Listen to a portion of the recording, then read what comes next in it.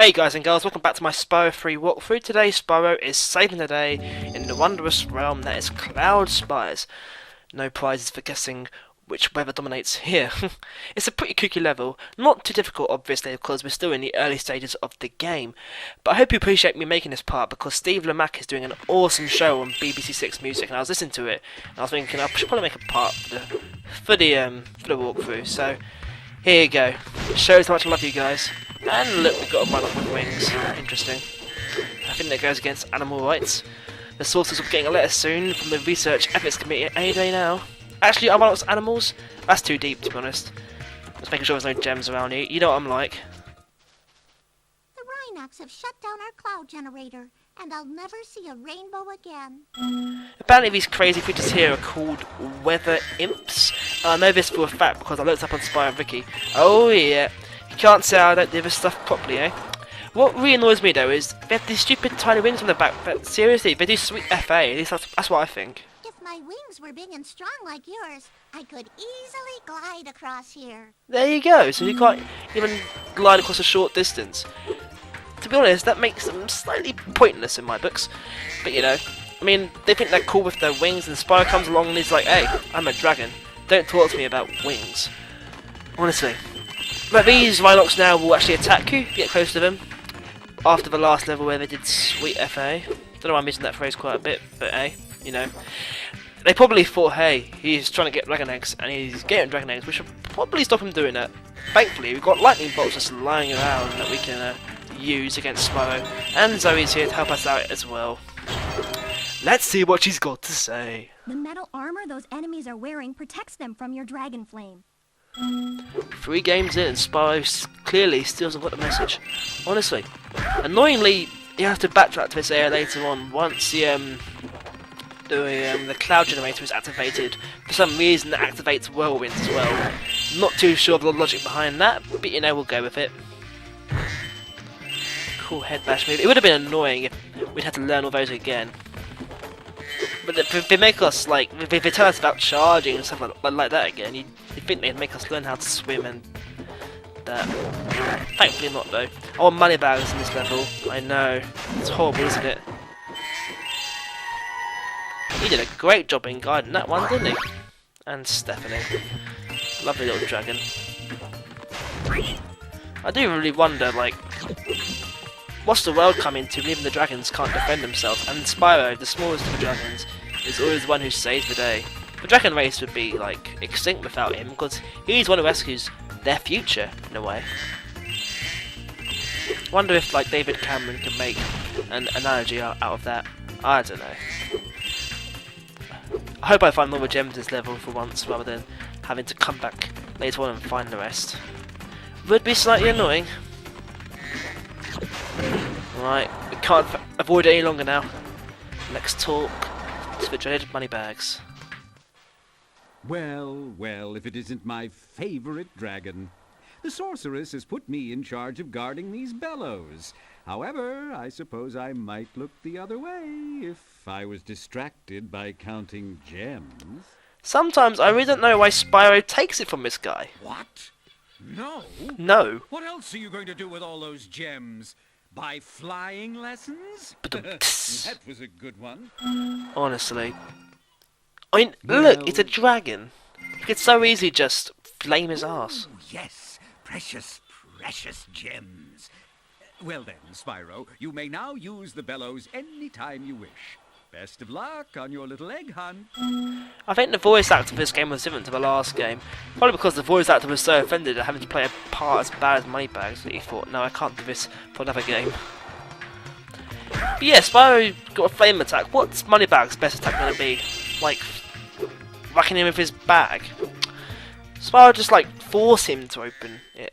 Remember, You know. to get your Longest glide. Yes, we know how to glide. Honestly, that's basic stuff. That's like 2 times table. Head bash is like the 5 times table. You know, you sort of work your way up. It's a bit silly if we think we can't, or we don't know how to head bash, sorry, to glide at this point in the game. And how else are we getting around? They sort of do too many hints for, I think, to be honest. Especially later on in the game, like, oh, you can glide across there. It's like, I know this! Oh, you activated the bellows? Fluffy. What a name. What was the mother thinking that day? I'm gonna call it Fluffy! Dad's just like, okay, well, you know, if we must steer. And there we go, clouds everywhere. Reminds me of a meme that does. The Rhynocs must have been using this thing. Oh yeah, I forgot that. You might have seen that in the cutscene. There's an egg flying through the air. Amazingly, that doesn't break. Mine would be absolutely scrambled. But see, I can do these jokes as well. Brilliant. And now we've got 16 eggs, and I think we'll finish level off first before we do the challenges. I'll make this a routine thing. So now we can backtrack to that random area. We've got an additional platforming section, as it were.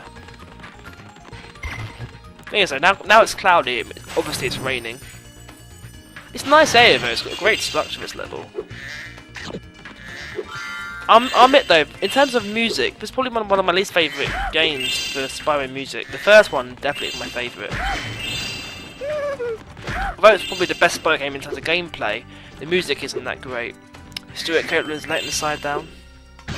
But I always loved the fact that it's the drummer for the Police that made the Spyro music. As die-hard fans of the game series like me know. But obviously shows that the game developers made an effort to get some proper musician to make the music for this game.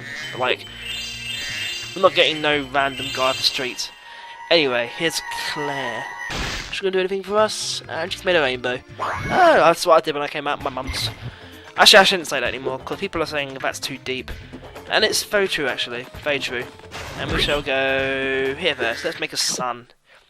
I've always wanted to make a sun. Like a dream come true, this is. So basically, yeah, for some reason, they suddenly lose the ability to do all their daily tasks when Spyro arrives, and insist that he does everything for them, including making a sun, which apparently is made by sun seeds, which I'm pretty sure will annoy quite a few geologists or whoever studies the sun studying people. I'm sorry, I'm terrible at science. But they'll probably be quite annoyed if I assert the fact that suns are made of sun seeds. It's not the case, no. You can't plant a sun. We'd be pretty screwed, I think, if someone planted another sun. Think how much that would change our atmosphere. Global warming would take a whole new definition, wouldn't it? But let's not get into that. Let's get the gems around here. Basically, we've got to take the sun seeds, keep flaming them along, and into the cauldron pot. You should take Snape here and be like, hey Snape, you think you've got cauldrons? Check out my cauldron. That's a proper cauldron. I'm just checking on the gem progress. I think I've got all the gems so far. Apart from that one there. We can make a new one with our lava fusion cauldron and 3 sun seeds. But they keep burning up before we can get them in the pot. Oh no! Step on the switch to get a fresh sun seed and keep flaming it until you get it into the pot. Cracking. Honestly though, I can't believe that the best excuse they can think of that the sun has disappeared is because the sun has gone out. Would our sun just go out like that? I think not. Honestly. Bit cheeky. One up there. I think it's quite cheesy having them having sunglasses. But you know, the game developers like their little in-jokes. You can tell when they're going to start to go when they make that strange, distressing sound before they disappear into the air. Boo, boo, boo! You can go up here and just look at them. One guy just chills on the side like, yeah man, all under control, you know what I mean, yeah? And the other guy is just jumping out like it's too hot, which is a bit weird. We'll be it the wrong way. That's good. Anyway, up here now.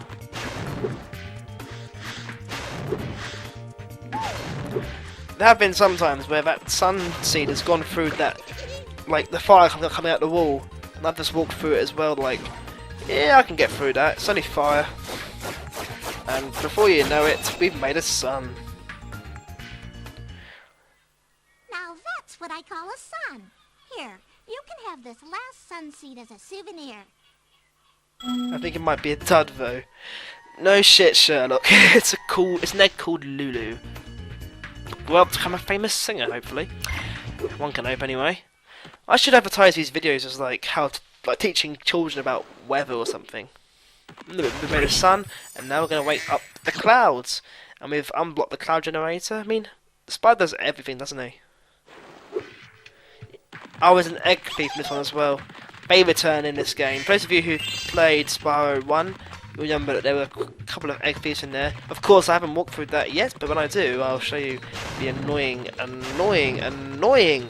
egg thieves, which for some reason only appear in 3 of the home worlds. They don't appear after the third world, which I never understood. But there you go. God's sake, blimmin' egg thief. The trick is to get it close to it, flame it, and then keep charging, and flames should continue with you. At least in theory, anyway. This is the technique that I find works, and there you go. Bang on target. And he's been born with... Oh! Bloody, I wish I could do that. Wish I had horns sometimes. Actually, no, not really. That's a silly idea. But yeah, born with sunglasses. Right, what his mother was eating. So that's what they should use that, like some sort of smoking campaign. Like, don't smoke, because if you do, your kids will be born with sunglasses. It won't be Ray-Bans or anything. Right, so these spirits in the towers, you might recognise them as well from Spyro 2. There's loads of these things from Avalar that penetrate the Forgotten Realms, which is quite a nice touch actually. Either that or the game developers are being lazy. One of the two. Make sure there's any more treasure around here. Oh, there's ones up there, aren't they? Where the cloud is sleeping. Come on, we should be... Yep, yes! I did it for once. Oh, I feel so happy. We usually wake up our rain cloud at the crack of dawn. But these mischievous spirits are stopping our bells from ringing. Ah, dear. And they can't do it themselves because their wings won't work, so we can't get up there and take care of them. Honestly. Natural selection wins again. Spyro saves the day as usual. This is a really simple, easy challenge, believe me. Get us on in 5 seconds. There we go. Lots of random... For some reason the bells make all sorts of sounds here. Shit, can't you just yell at the cloud? Oi! Wake up! Much simpler. It fell out of the belfry. Couldn't they just give us this before we did the challenge? It's called Jake. I thought it said Jar Jar from it there. Well, that's a bit of a crazy name. He can fly from birth. I don't understand how he's a little guy, and he can fly from birth. And Spyro's a little guy too, but he can't fly at all. He can only fly with the aid of a power-up.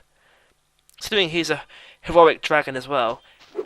I don't know. But anyway, we've now finished the level. Quite a quick part as well, considering the last one. But I suppose they're quite short challenges actually in comparison to Sunny Villa. Anyway, next level, next part. See you then.